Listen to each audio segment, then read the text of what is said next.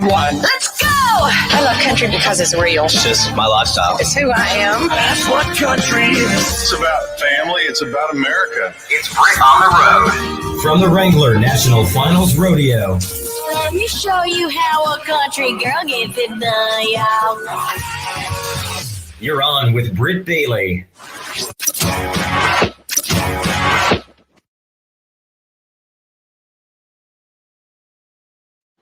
Yes, we are on the road out of the studio, and I have been being joined by a bunch of different rodeo athletes competing here at the National Finals Rodeo, and also some music artists that are either performing or might possibly want to. And Ward Davis, I am bummed that we weren't able to meet up in Texas for the finals, but this is kind of the next best thing.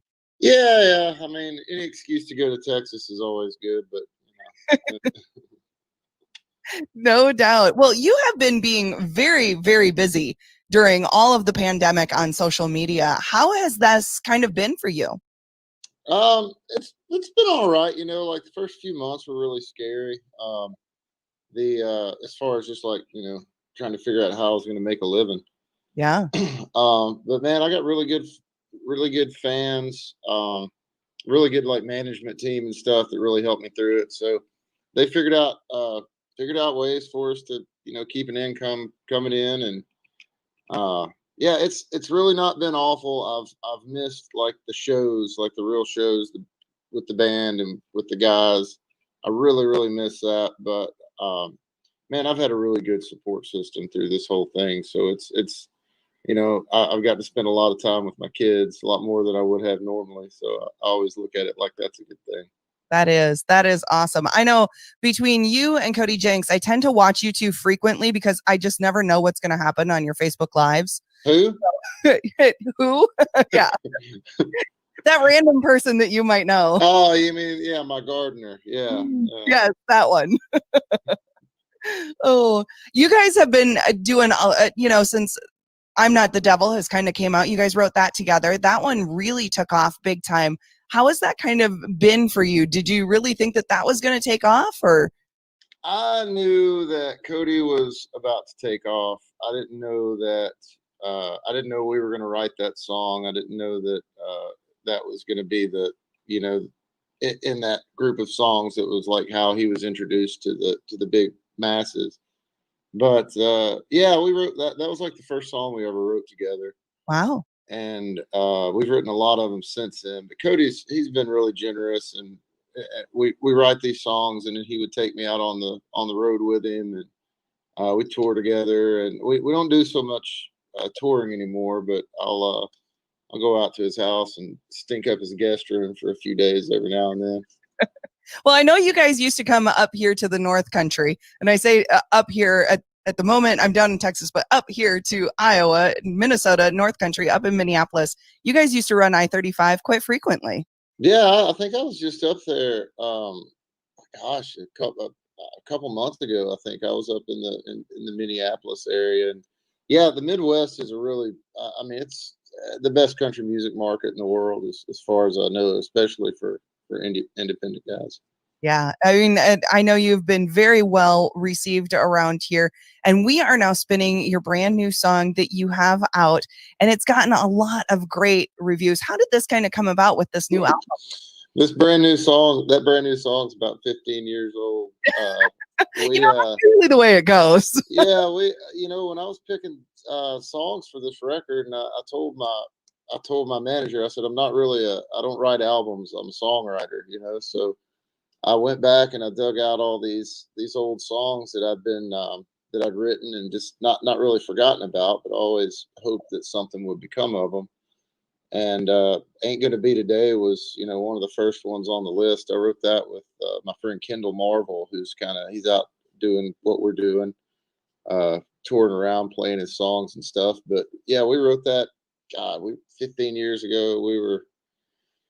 I think we were going downstairs to smoke a cigarette, and I said, hey, I thought you were going to quit. And he said, I am, but it ain't going to be today. And so after we smoked, we went upstairs and wrote the song. Sure.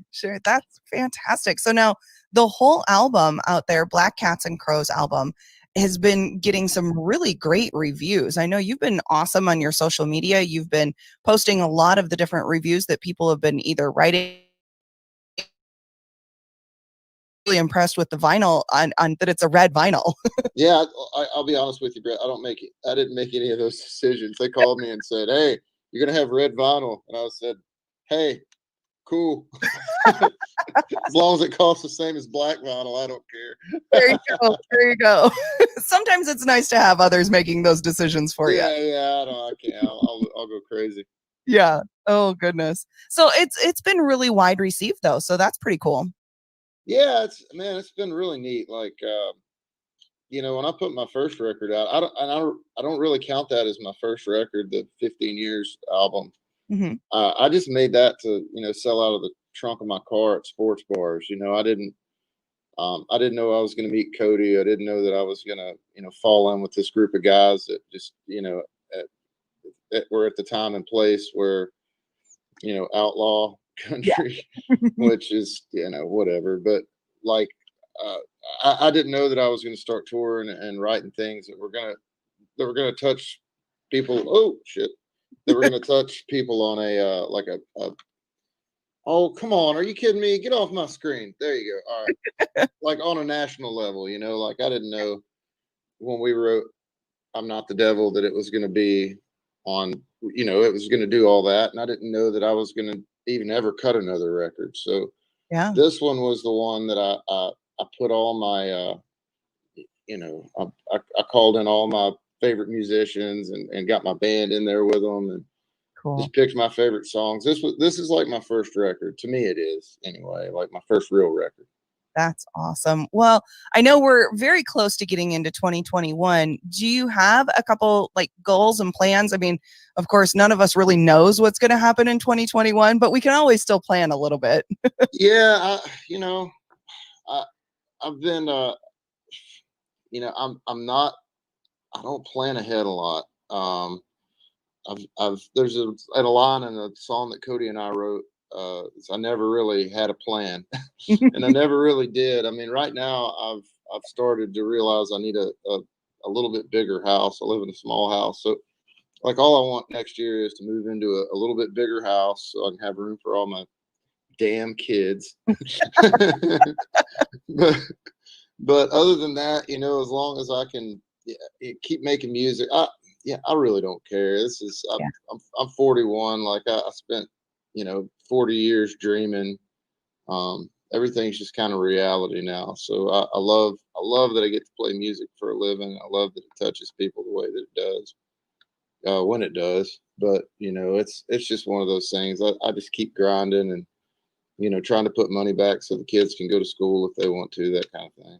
That's awesome. Well, and I know you were out on a vacation. I know one of the Facebook lives that I saw, you guys must have been out in the woods somewhere, or you guys were around a campfire somewhere. Was that at your actual house or? Yeah, I live in the forest. It's okay. I love it. But it's when I bought the place, I'd just gotten divorced, and it was me and my two daughters. Mm-hmm. And so it's a little 2-bedroom cabin. But then I remarried, and my wife has a daughter, so now I've got another daughter. Okay. So there's 5 people in this tiny house, and like the bunk beds only stack so high. True. So are you looking at staying where around you're at, or are you looking at? I mean, you travel all over the place. Yeah, I'm reluctant to even tell you where I live because I like it so much. Okay. It's a really small county in Tennessee. It's Jackson County, Tennessee. Cool. Very, I think there's 10,000 people in the whole county. Sure. And I live out near a lake, and most of the county is a lake, by the way. So, I just love it out there, and the people are so laid back and cool, and nobody bothers me, and I don't bother anybody, and yeah, absolutely. I don't think I'll ever leave that place. That's fantastic. Well, I thank you for taking a little bit of time here with me and being part of this adventure of being on the road with me. It's been really great to catch up. And yeah, no, anytime. I'm glad anybody wants to talk to me.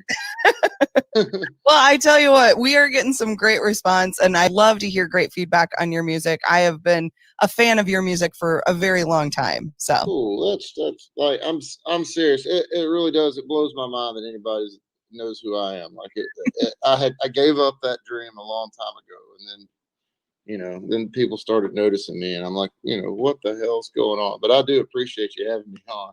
Yeah, no problem. Well, we look forward to catching up, and when everybody can travel around a lot more, we look forward to you coming back up here on I-35. Awesome. I'd love to. That's what we do. That's what we love. Love it. That was another On the Road exclusive with Britt. That's perfect. We'll take it. Social butterfly. I can't believe this thing went viral. On 93.9, the country.